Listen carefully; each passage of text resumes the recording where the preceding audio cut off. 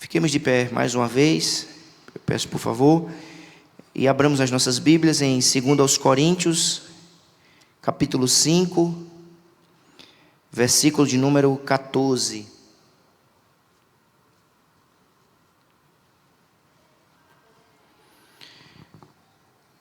Segundo aos Coríntios, capítulo de número 5, versículo de número 14.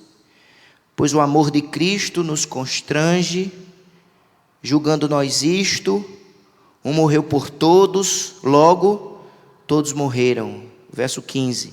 E ele morreu por todos, para que os que vivem não vivam mais para si mesmos, mas para aquele que por eles morreu e ressuscitou. Amém. Vamos orar mais uma vez. Senhor, somos gratos a Ti por estes momentos tão preciosos que a Tua graça nos concede, de oração, de louvores. E agora, Senhor, estaremos meditando na Tua palavra, que o Teu Santo Espírito nos dê entendimento, ilumina a nossa mente e aplica no nosso coração a Tua maravilhosa palavra, em nome de Jesus. Amém e amém. Podem sentar, irmãos. Então, amados, nós estamos numa série de mensagens falando sobre a importância da evangelização. No mês passado nós falamos sobre a natureza do Evangelho, o que é o Evangelho. E nós precisamos ter uma bíblica compreensão do Evangelho. O Evangelho precisa ser compreendido e o Evangelho precisa ser experimentado. Nós precisamos ter uma experiência, nós precisamos ter uma resposta às boas novas que ouvimos a respeito de Jesus como nosso Salvador.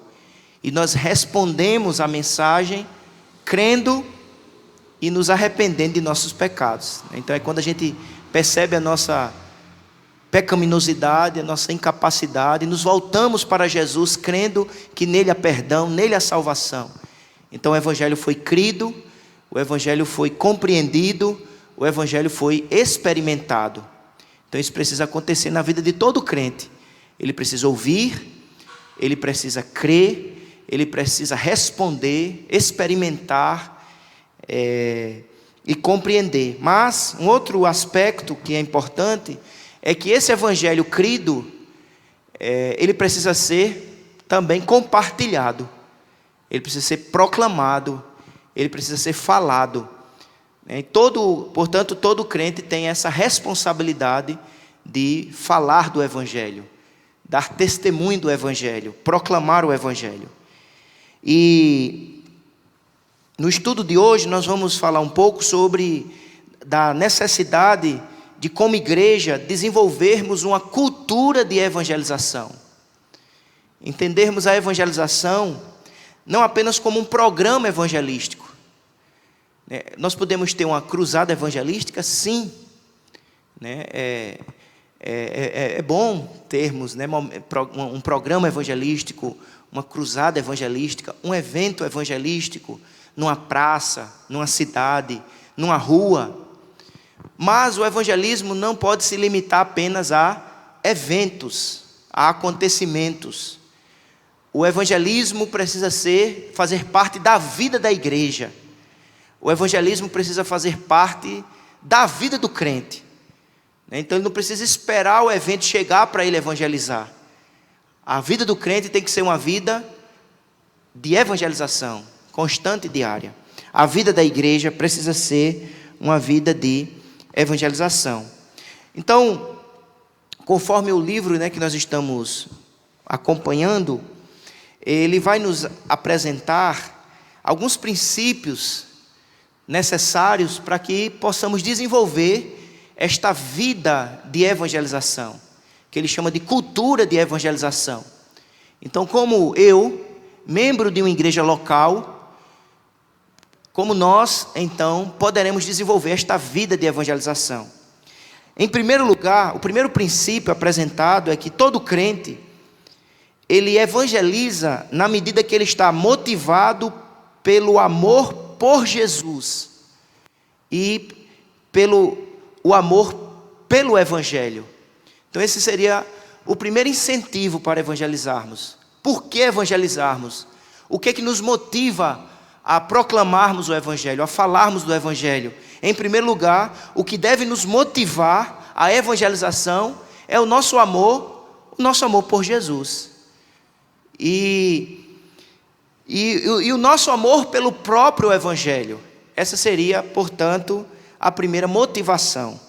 E essa motivação, ela é fundamentada no texto que nós acabamos de ler. Veja aí o que o apóstolo Paulo afirma, em 2 Coríntios, capítulo 5. 2 Coríntios, capítulo 5, versículo de número 14. Veja o que ele diz: pois o amor de Cristo nos constrange. O amor de Cristo nos deixa constrangidos, de maneira que a gente tenha razão maior.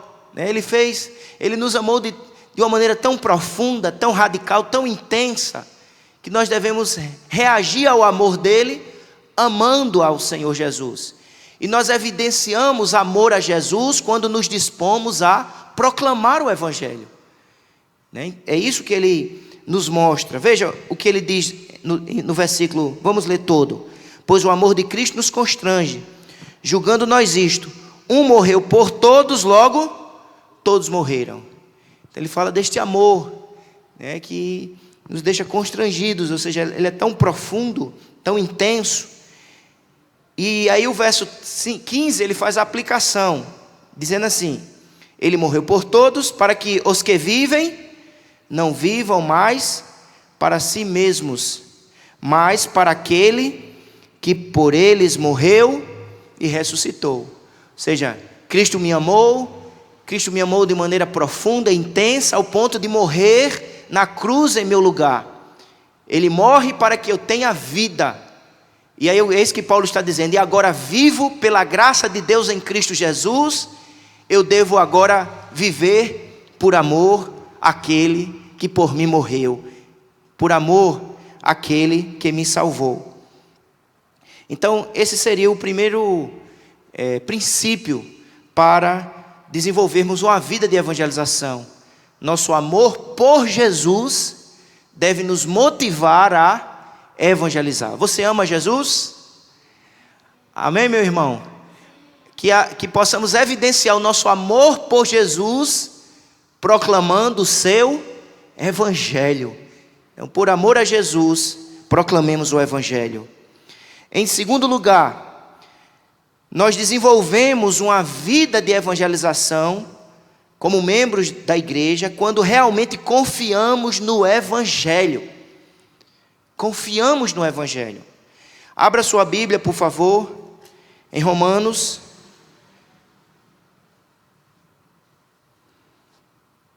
Romanos capítulo 1.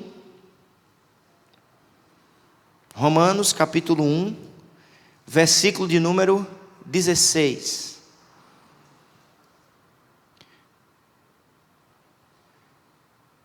Veja o que o apóstolo Paulo afirma: pois não me envergonho do Evangelho. Paulo diz: eu não tenho vergonha do Evangelho. Por quê? Aí ele responde: porque é o poder de Deus para a salvação de todo aquele que crê, primeiro do judeu e também do grego. Então Paulo tinha uma firme confiança no Evangelho, porque ele sabia que o Evangelho é o poder de Deus. O Evangelho é a manifestação do poder de Deus, alcançando vidas, transformando corações, libertando pessoas.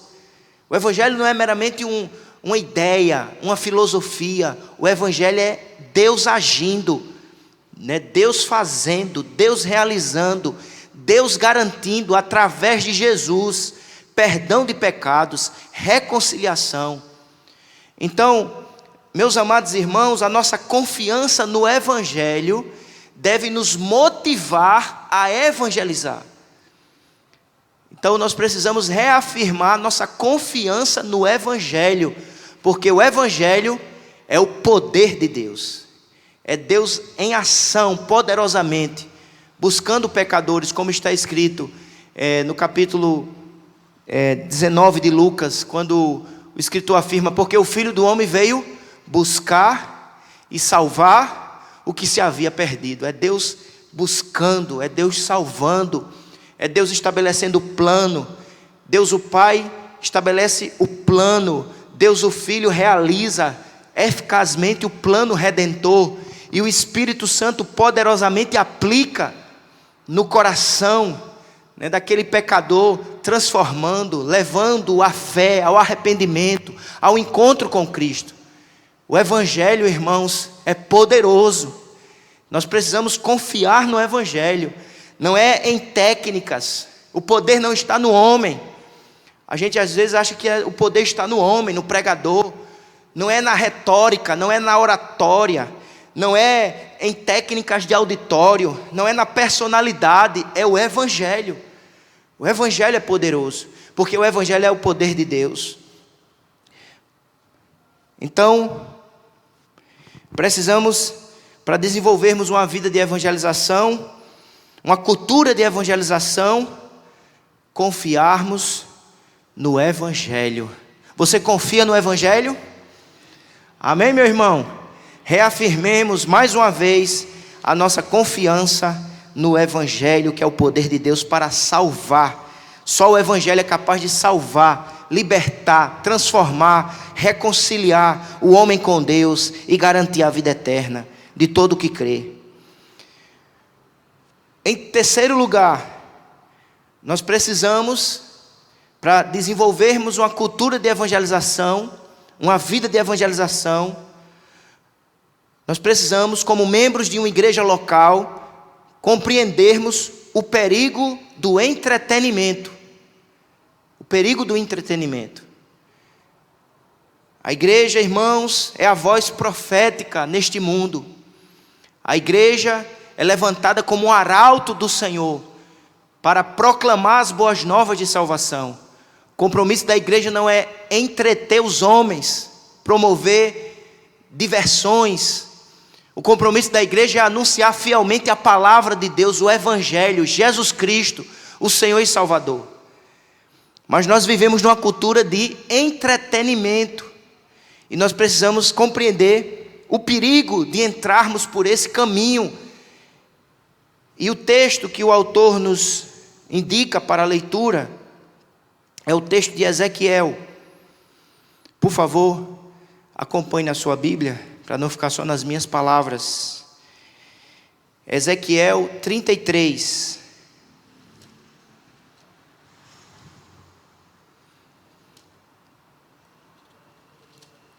Ezequiel, capítulo de número 33, versículo de número 30.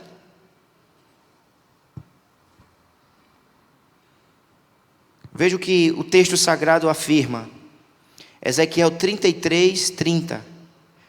Quanto a ti, ó filho do homem, os filhos do teu povo falam de ti junto aos muros e nas portas das casas. Fala um com o outro, cada um a seu irmão, dizendo: vinde, peço-vos, e ouvi qual é a palavra que procede do Senhor. Então, vamos por parte aqui, né? Primeiro o versículo 30, eles estão falando do profeta Ezequiel, um falando para o outro, conforme ele diz aqui, junto aos muros e nas portas das casas. Agora, observe o versículo 31, por favor. Eles vêm a ti como o povo costuma vir, e se assentam diante de ti como o meu povo, e ouvem as tuas palavras, mas não as põem por obra. É ouvir por ouvir, é ouvir sem compromisso de praticar, é ouvir sem compromisso de obedecer. É isso que ele está afirmando aqui, é ouvir só para se entreter. Veja, irmãos, ele diz assim: ouve as tuas palavras, mas não as põe em prática, pois com a boca professam muito amor, mas o coração só ambiciona lucro. Veja que coisa terrível estava acontecendo com a igreja do Senhor, o povo de Israel, o povo de Deus. Eles vinham ouvir o profeta, mas eles não estavam comprometidos em colocar em prática os mandamentos do Senhor, se arrepender de seus pecados. No caso aqui, o que é citado é a avareza. não estavam dispostos a se desprender dos seus pecados e obedecer os mandamentos do Senhor. Agora, por favor, acompanhe o versículo 32.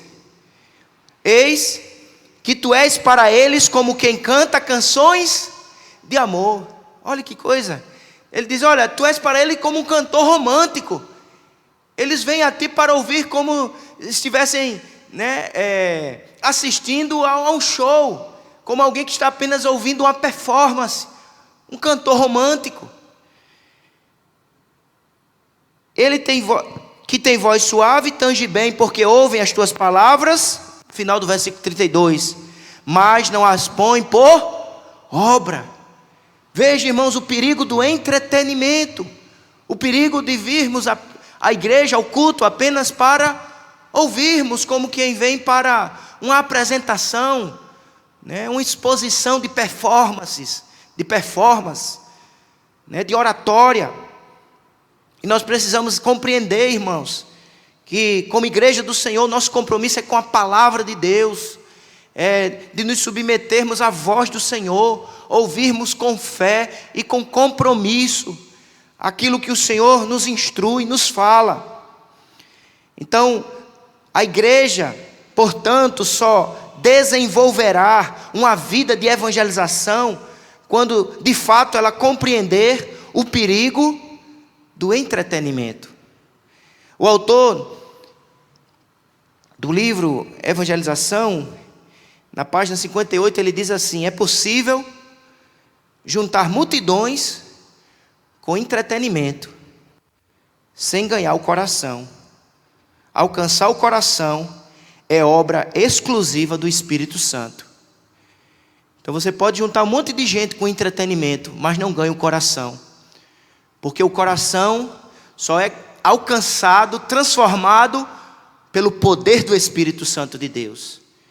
E o Espírito Santo de Deus, irmãos, ele tem compromisso com o Evangelho, com a palavra fielmente pregada, que é o instrumento que o Espírito Santo de Deus usa para edificar a igreja, para transformar corações, para converter pessoas. Nós nos reunimos não para entretenimento, mas para adoração, para declararmos a palavra de Deus, os atributos, as perfeições do Senhor. Esse é o propósito do nosso ajuntamento, do santo culto. Abra sua Bíblia, por favor, no Salmo 96, versículo de número 2.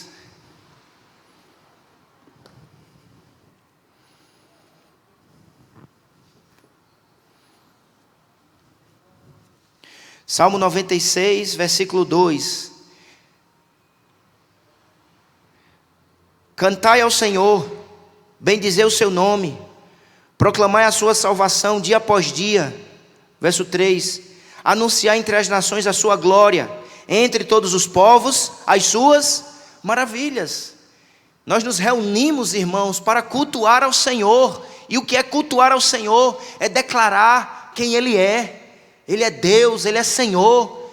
Ele realizou e realiza coisas grandiosas. Ele é o Criador do universo. Ele é o preservador da vida.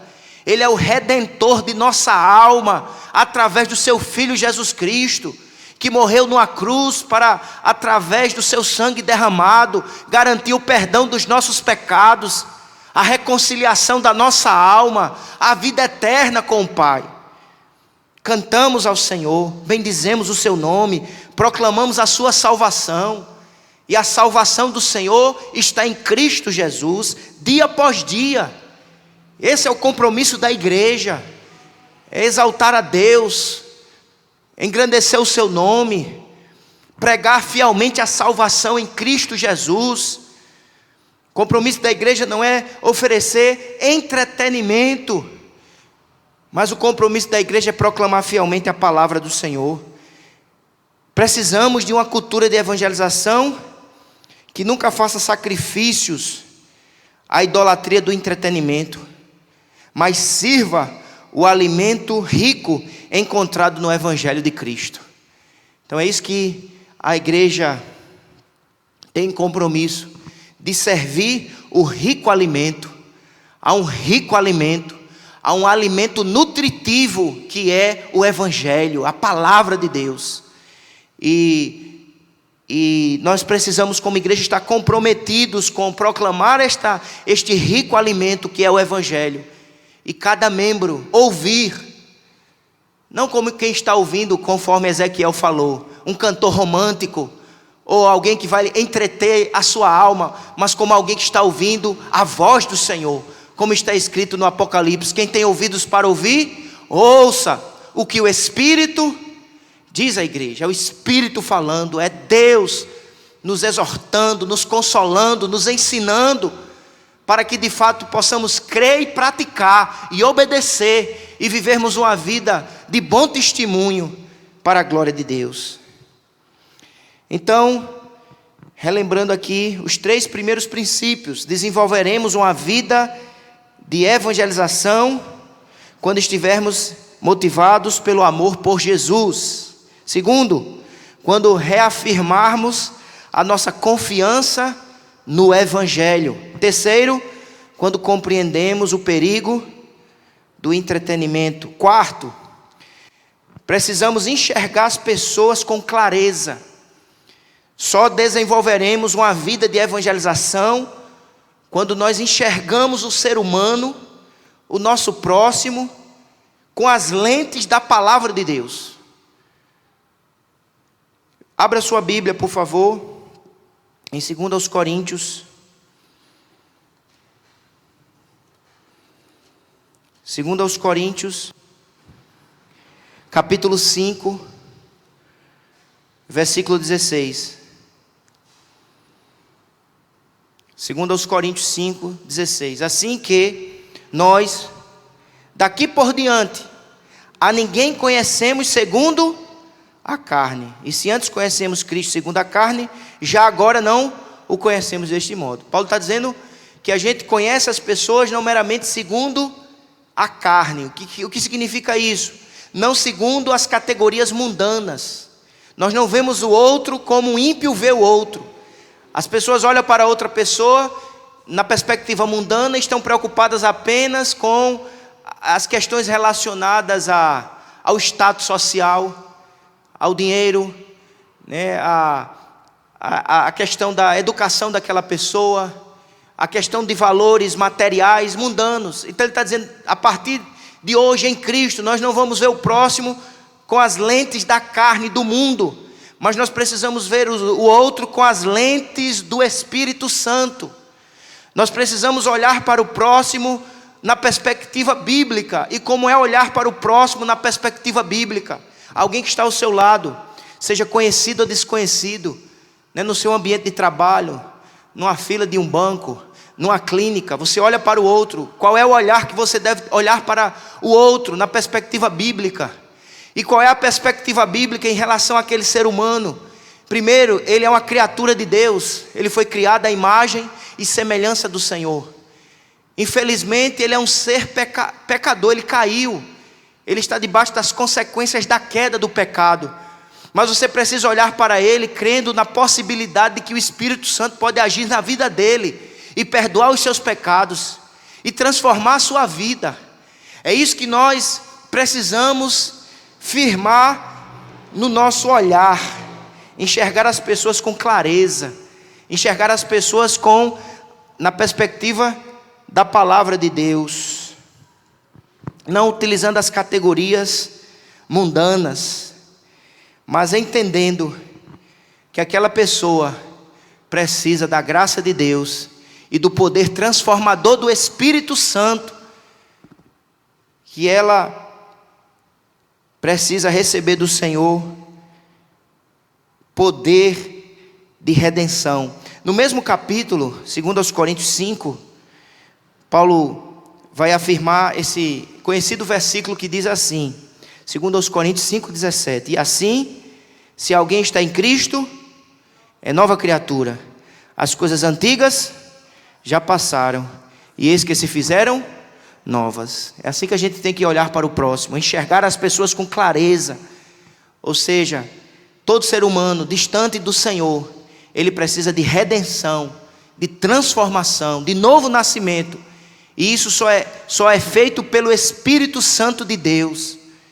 E o Espírito Santo age por intermédio da evangelização.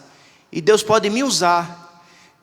Irmãos, é importante entendermos isso, que Deus pode usar a sua vida, a sua fala simples, para efetuar transformação, redenção, porque o poder não está no homem, está no Evangelho. E Deus não salva somente a pregação do púlpito. Deus não salva só através da pregação do púlpito, é verdade, Deus opera através da pregação fiel, anunciada, né, do púlpito da igreja, mas Deus pode usar também em ambientes informais, a sua vida, na medida que você enxerga o outro como alguém que necessita da graça de Deus. Obrigado, Mateus. Alguém que necessita da graça de Deus, e você ali é a oportunidade de você ser usado por Deus. Não existe acasos, existe propósito de Deus. Então veja a circunstância não como uma coincidência, mas como uma providência. De repente Deus lhe levou ali a falar com aquela pessoa, e ela está dando oportunidade para você falar do Evangelho, e quem sabe o Espírito Santo vai operar naquela vida, exercendo graça, misericórdia, perdoando os seus pecados e transformando a sua vida. Amém, igreja? Enxergue as pessoas com clareza. Quinto princípio que o autor nos orienta: uma igreja, irmãos, local, ela só desenvolve uma vida de evangelização quando ela deseja congregar. A importância de estarmos congregados, juntos. Claro que nós podemos fazer evangelismo individual, pessoal, mas nós não podemos desprezar a importância do ajuntamento, de estarmos juntos como igreja do Senhor, buscando a face do Senhor, a presença de Deus, né, nos animando, nos encorajando, como está escrito, encorajando uns aos outros, orando uns pelos outros, servindo uns aos outros. São mandamentos de mutualidade. Eles não poderão ser obedecidos, não poderão ser vividos se nós não estivermos juntos. E na medida que a gente fortalece a unidade, nós também fortalecemos a evangelização. Abra sua Bíblia, por favor, em Filipenses,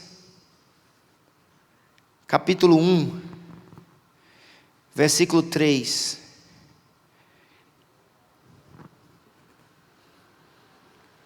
Filipenses, capítulo 1, versículo de número 3.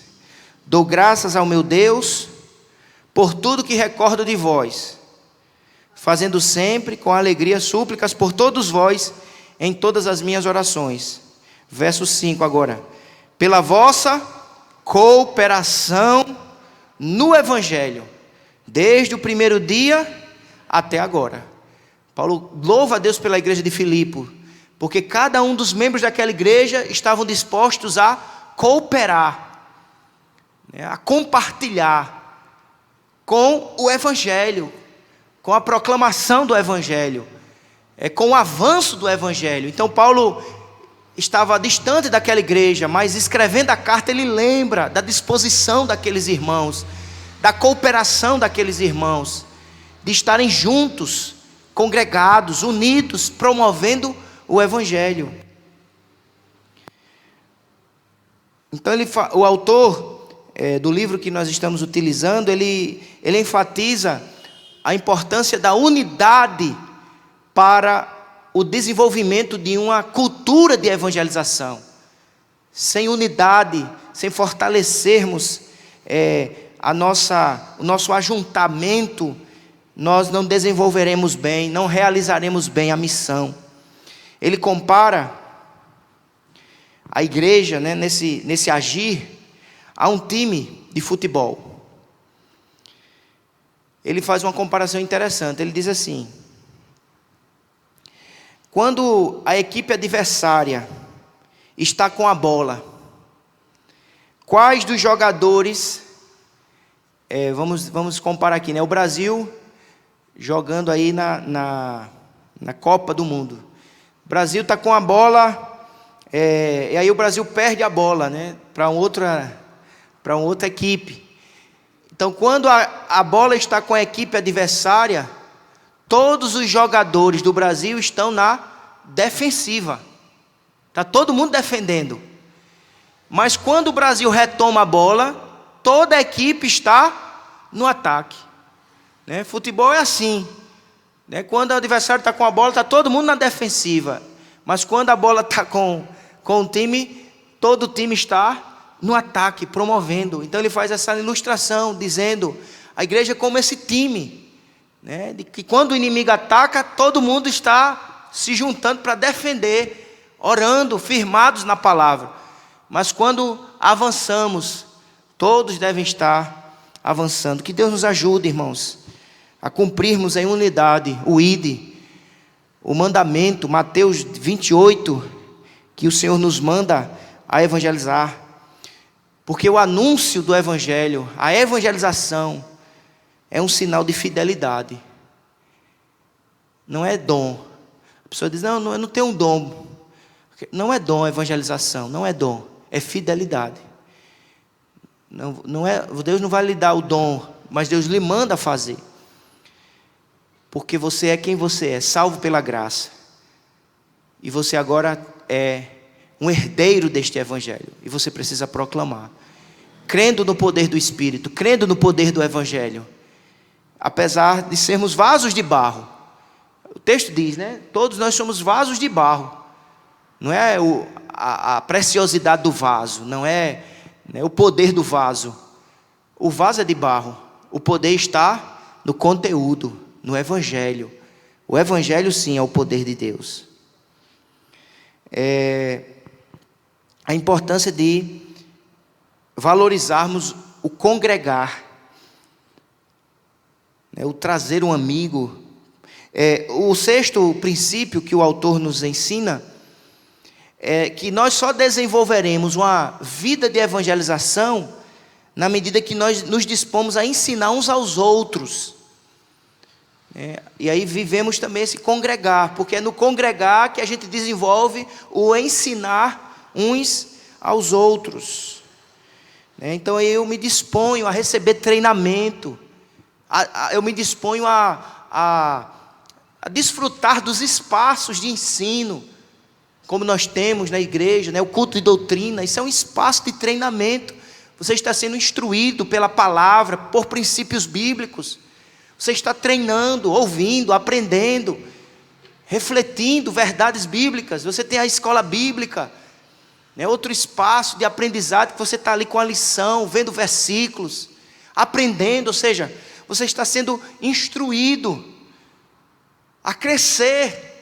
E como é que a gente cresce? Na medida que a gente se alimenta. E qual é o alimento do crente? É a palavra, é a oração, é a comunhão com os santos. E a gente vai se desenvolvendo e se crescendo com saúde, porque todo crescimento sem alimentação é um crescimento deficiente.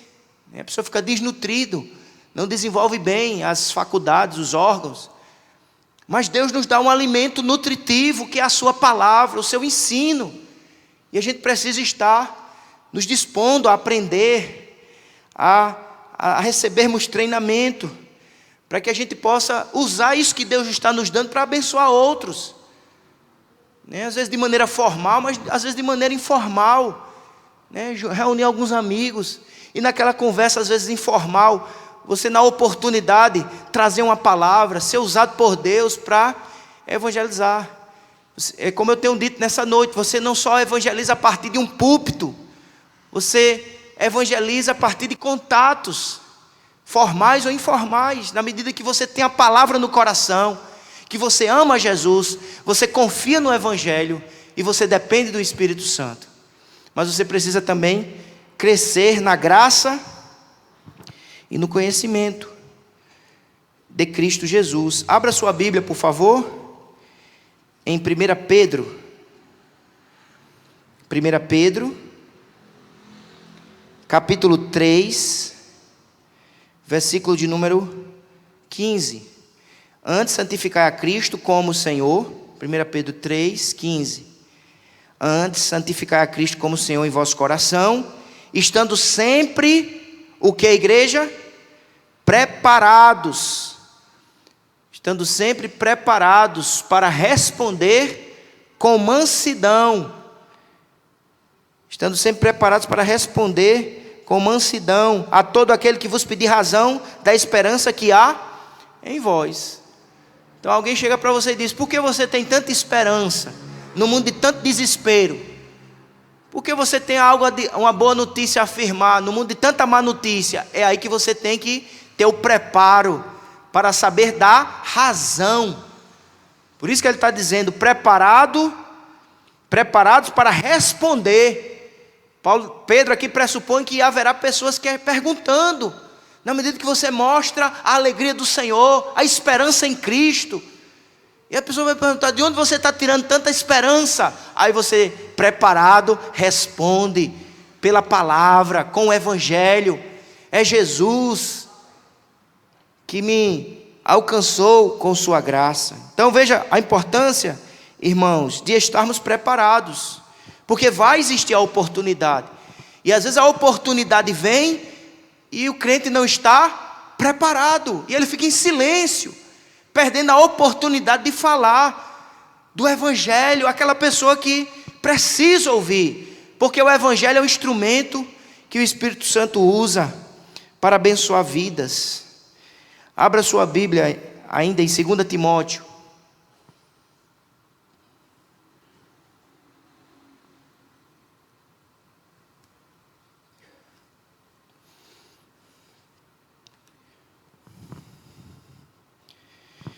Segunda Timóteo, capítulo 1.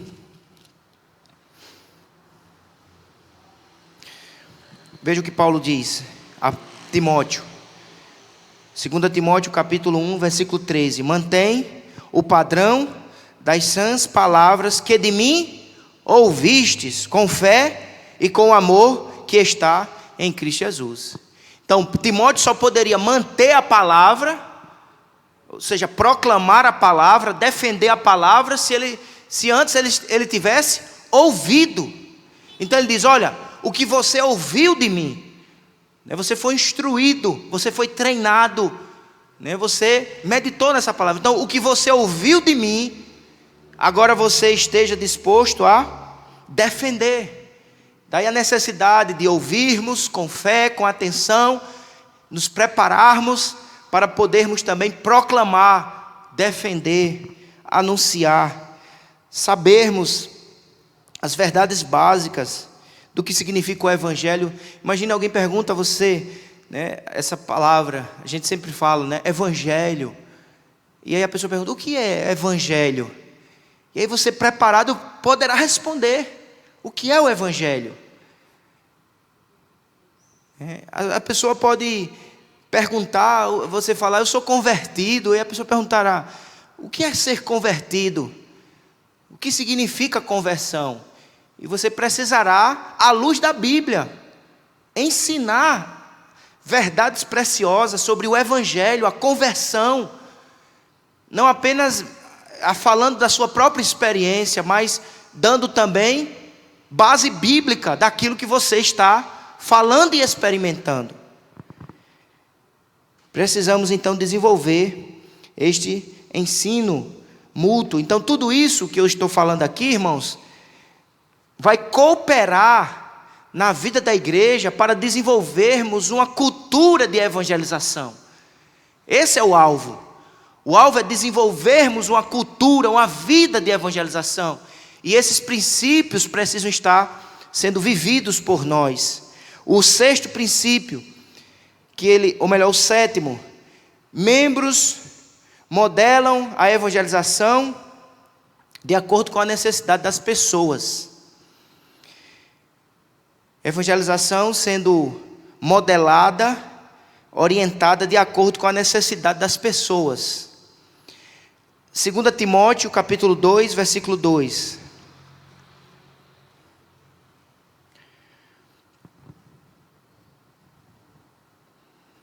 Mais uma vez, Paulo fala, né, ele já tinha falado isso, né, em 2 Timóteo 1,13. Mantém o padrão das sãs palavras que de mim ouviste com fé. Aí no 2,2, 2 Timóteo 2,2, ele diz assim: e o que da minha parte ouviste, olha, mais uma vez, ele ouviu, ele se dispôs a ouvir, ele se dispôs a receber a instrução, a ser treinado.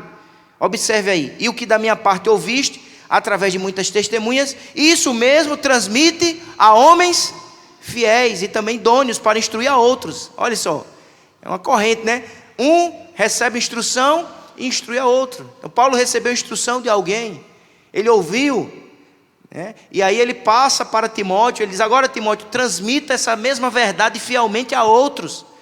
Um vai passando para o outro. É isso que ele está dizendo. A evangelização sendo modelada de acordo com a necessidade das pessoas. E aqui ele dá ele faz uma ilustração para a gente entender esse princípio. Ele conta de três pessoas, né? O nome de um era Ruth. Ruth conheceu uma outra pessoa chamada Samara. Ruth era uma recém-convertida.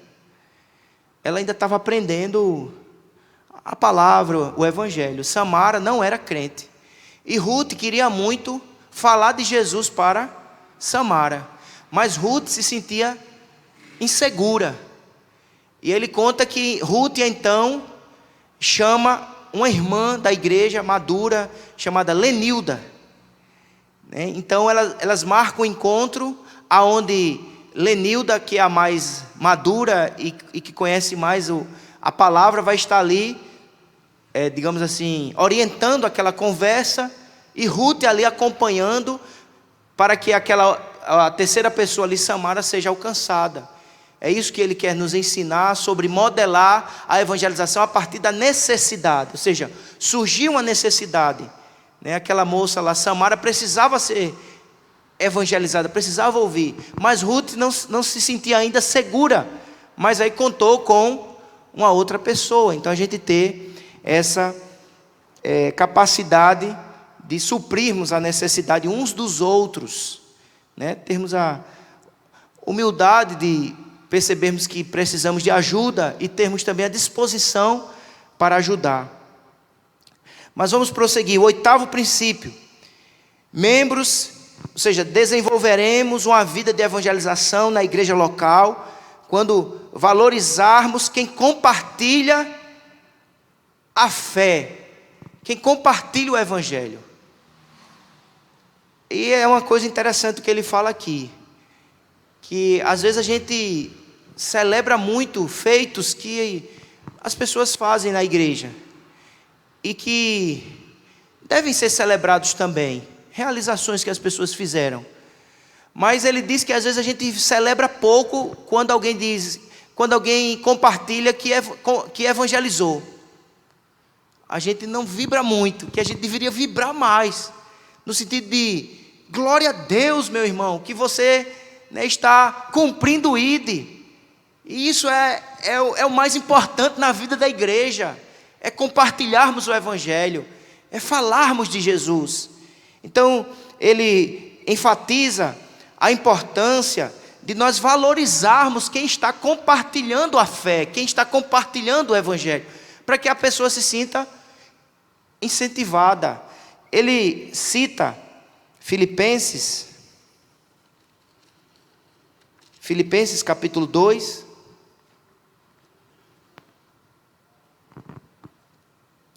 versículo 19.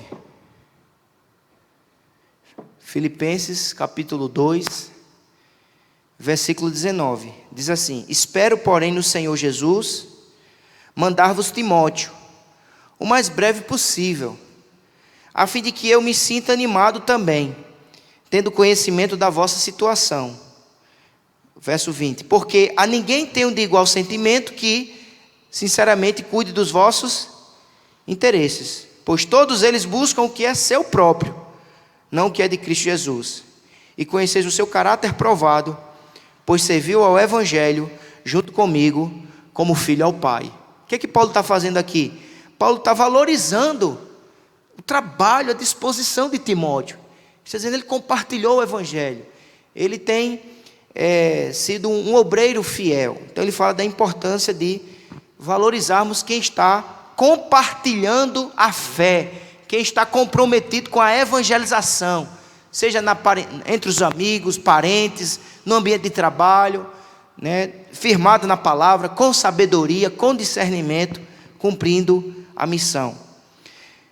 O 9º princípio, ele vai dizer o seguinte, que nós desenvolvemos uma cultura de evangelização quando nós sabemos afirmar e celebrar nova vida. Ou seja, quando a gente afirma e celebra a nova vida, ou seja, quando a gente vê alguém que se converteu.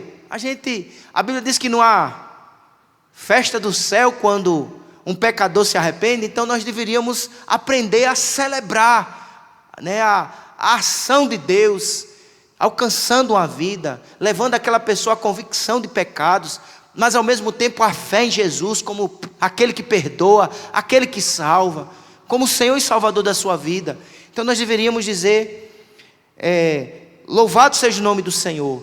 Nós deveríamos celebrar. Claro que ao mesmo tempo a gente precisa orar para que aquela pessoa, né, que tomou uma decisão ao lado do Senhor, ela mostre os frutos de uma verdadeira conversão, né? Ela mostre que de fato ela tem uma vida transformada, que ela está perseverando no caminho, que ela está frutificando. A gente sabe que algumas pessoas, às vezes num culto evangelístico, num culto na igreja, eles tomam uma decisão e depois não prosseguem no caminho da fé, do evangelho. Então, evidenciando que não houve uma real conversão. Mas existem pessoas também que verdadeiramente foram alcançadas pela graça de Deus, pelo poder do Espírito, e vão perseverar e frutificar até o fim. O 10º princípio, para desenvolvermos uma cultura de evangelização, nós precisamos realizar o ministério que parece arriscado e perigoso. O que ele quer nos dizer com isso, né? O autor do livro que nós estamos baseando esse estudo, ele está dizendo que muitas vezes, irmãos, o ministério, o cumprimento da missão, da evangelização, torna-se um caminho de perigo, de risco, no sentido de que você poderá ser, às vezes, rejeitado, né? Você pode, às vezes, se dispor a falar de Jesus e aquela pessoa não acolher não recepcionar com alegria, né? Isso é um risco. Mas, irmãos, a gente deve fazer porque Jesus nos mandou proclamar, porque amamos a Jesus e amamos o nosso próximo e queremos obedecer ao seu mandamento, e não podemos fugir do risco, do perigo. Abra sua Bíblia, por favor, em Filipenses 1:12. Quero ainda, irmãos, certificar-vos de que as coisas que me aconteceram têm antes contribuído para o progresso do Evangelho. Verso 13. De maneira que as minhas cadeias em Cristo se tornaram conhecidas de toda a guarda pretoriana e de todos os demais. Olha aqui o que aconteceu com Paulo. Paulo, porque estava evangelizando, cumprindo a missão, passou pela cadeia, estava preso. Ele não foi aplaudido, ele não recebeu, né, a chave da cidade que ele foi evangelizar. Ele foi perseguido, ele foi até preso. Ele diz: eu estou em cadeias, mas ao mesmo tempo ele reconhece em tudo, em todas as circunstâncias, a mão do Senhor, a soberania de Deus. E ele disse: eu estou preso, mas tudo está aqui contribuindo para que o evangelho avance, porque mesmo preso, Paulo não parou de evangelizar. Ele saiu evangelizando o delegado, o policial, né, o guarda que ficava no plantão com ele. E de maneira que, veja o que ele diz, olha um detalhe importante no versículo 13. De maneira que as minhas cadeias em Cristo se tornaram conhecidas de toda a guarda pretoriana e de todos os demais. Ou seja, toda a guarda, né, do pretório, que era uma prisão, né, passou a saber sobre esse preso Paulo. E por quê? Porque ele viu aquilo como uma oportunidade. Então, mesmo que venhamos a passar por alguma situação difícil, delicada, que a gente não desista de cumprir a missão. É interessante, fazendo uma ligação com Filipenses 1,13, abra sua Bíblia, Filipenses 4:22. Filipenses 4:22. Olha o que diz: todos os santos vos saúdam, especialmente os da casa de César. Veja que tinha gente da casa de César, do imperador, gente convertida já saudando os irmãos. Isso foi fruto da evangelização de Paulo na prisão. E por último, o 11º princípio, para desenvolvermos uma cultura de evangelização, como membros, precisamos entender que a igreja é a melhor e mais, ou melhor, a igreja é o melhor e mais comprovado método de evangelização. A igreja, irmãos, é o melhor e mais comprovado método de evangelização. Ou seja, nós evangelizamos individualmente, mas a igreja, nós estarmos no culto, convidarmos alguém, um familiar, um parente, para que ele venha, ouça o evangelho, ore por essa pessoa, peça que a graça de Deus se manifeste sobre a vida dessa pessoa, que o Espírito Santo abra o entendimento dela, que Deus tenha misericórdia, use o pregador, dê a ele a unção, a liberdade, e que a palavra seja fielmente pregada. Então, precisamos crer que Deus é capaz de usar-nos como instrumento, como igreja, como crentes, tanto individualmente como coletivamente, para cumprirmos a obra da evangelização. Que Deus nos ajude, que o Espírito Santo possa aplicar em nossos corações estes 11 princípios que precisamos guardar para desenvolvermos uma cultura de evangelização. Eu só quero rapidamente lembrar. O primeiro, por amor a Jesus, evangelizemos. Confiando no Evangelho, evangelizemos. Entendamos que a igreja é chamada para proclamar o Evangelho e não entreter. Quarto, enxerguemos as pessoas com clareza, à luz da palavra de Deus. Quinto, devemos desejar congregar. 6, precisamos ensinar uns aos outros. Precisamos nos dispor a suprir a necessidade do outro. Precisamos valorizar quem compartilha o Evangelho. Precisamos celebrar verdadeiras conversões. Precisamos realizar o ministério, cumprirmos a obra de evangelização, mesmo que seja arriscado, mesmo que em alguns momentos sejam difíceis, que possamos pedir graça de Deus e sabedoria. Precisamos entender que a igreja é o melhor e mais comprovado método de evangelização. Fiquemos de pé e oremos, agradecendo a Deus por este culto. E depois da bênção apostólica,